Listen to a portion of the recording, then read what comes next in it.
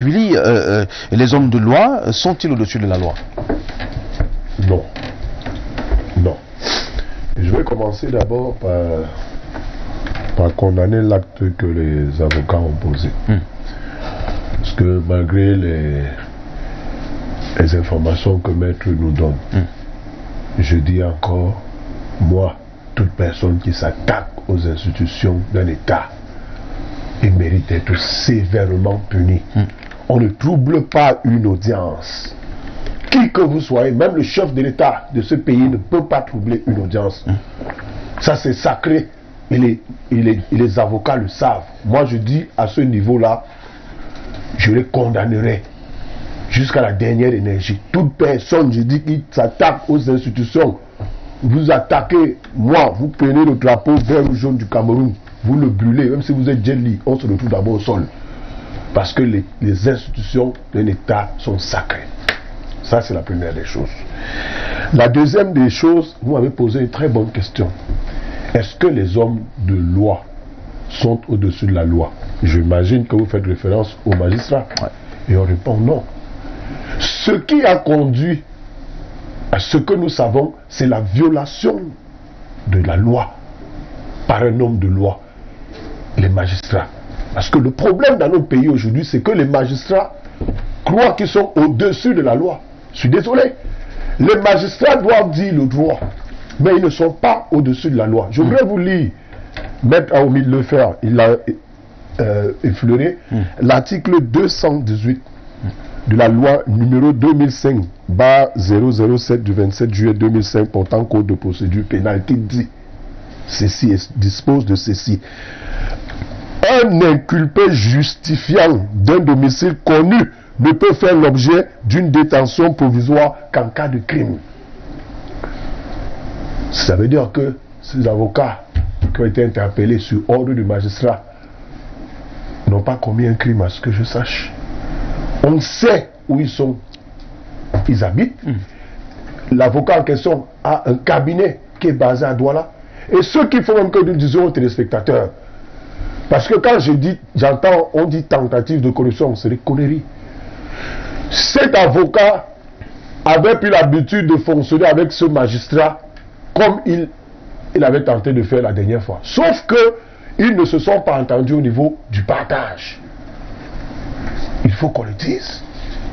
Ils ne se sont pas entendus au niveau du partage. Parce que les informations que nous avons, c'est que le magistrat a voulu un peu plus.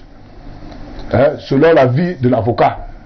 Il était habitué à fonctionner comme ça. Quand l'avocat va vers lui, il ne va pas vers quelqu'un qu'il ne connaît pas. Il le connaît bien. Ils se connaissent.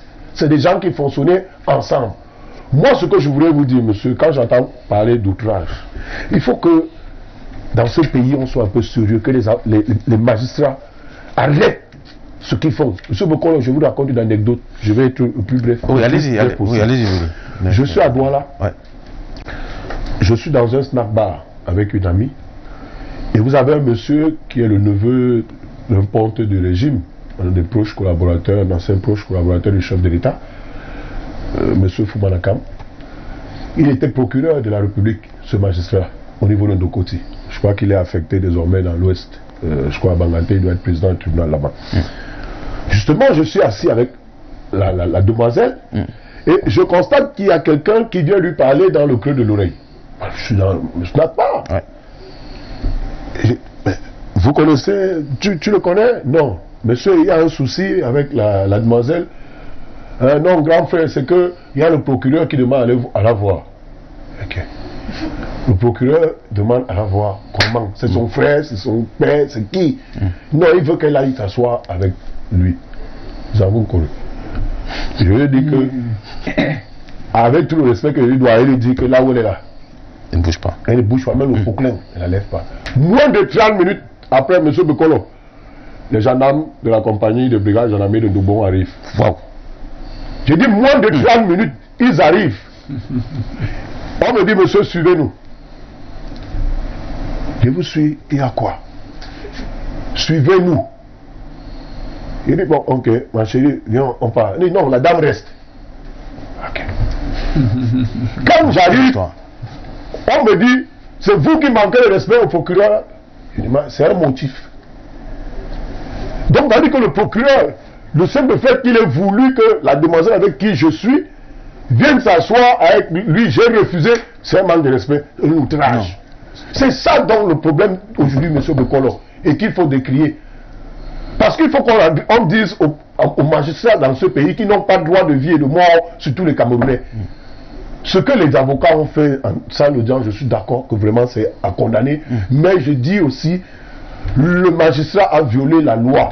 Parce que quand le patriarche est défini la loi s'applique à tout le monde. Sans déception. Sans déception.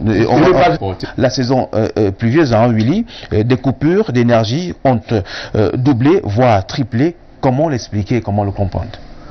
Je voudrais moi-même me l'expliquer. Et je voudrais moi-même comprendre parce que je me souviens à un moment, justement pendant... Votre quartier n'est pas épargné, hein, Ah non, laissez, je vais y arriver. Le quartier résidentiel Damas. Nous, je crois que Déo même nous, je sais pas, on va en reparler. Comment comprendre?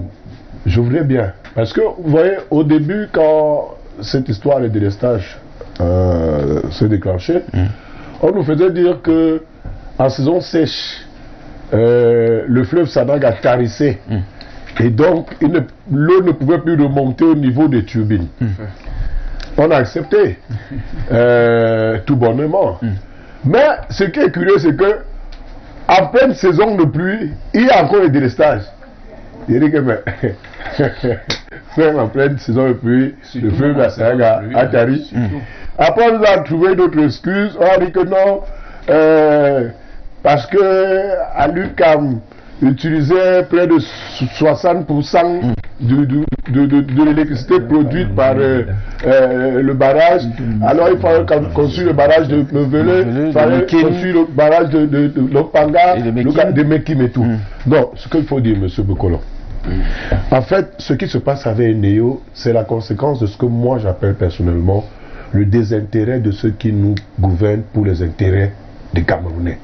Parce que nous avons affaire à des gens qui n'ont pour seul intérêt que leur intérêt. Je vais encore aller avec une anecdote que j'ai déjà racontée sur ce plateau. Le ministre de l'eau et de l'énergie, M. Gaston Eloundou Essoba, il organise une réception chez lui le soir du monde et il y a coupure d'électricité. Normalement, il a un groupe électrogène qui ne déclenche pas automatiquement. En principe, il est censé se déclencher automatiquement. Mais ce jour-là, justement, le groupe ne se déclenche pas. Et il y a quelques minutes de noir, d'après la personne qui me raconte l'histoire, on n'est pas allé à 10 minutes. Mais il était dans une colère noire. Comment je suis dans le noir? Mais tout le monde autour de lui s'interroge.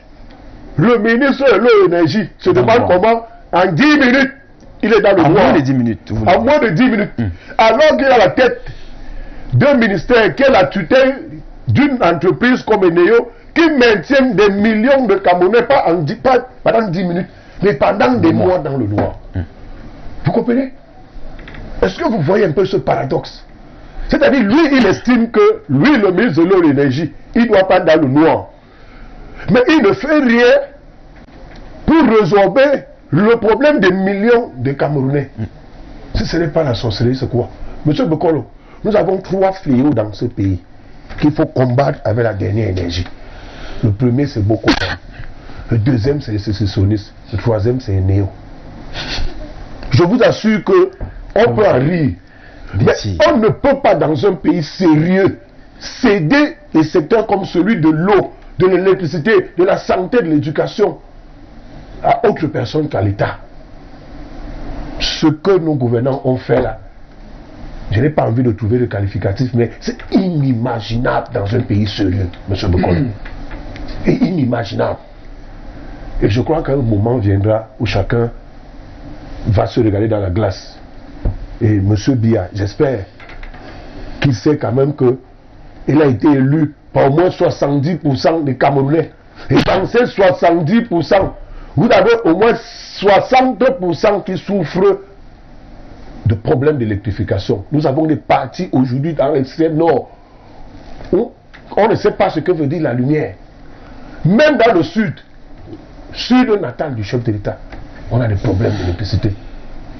pas loin de Yaoundé également, hein, les villes. Non, moi je vous dis, regardez, comment vous pouvez expliquer que Aïe tout dit, là on a parlé de l'unité, Aïe tout dit, la seule personne à certains moments, pendant même des jours, qui est l'université, l'électricité sur le chef de l'État, seul, Aïe tout dit, autour de lui, on est dans le noir. Guy, aujourd'hui, c'est la même question, hein, que j'ai posée.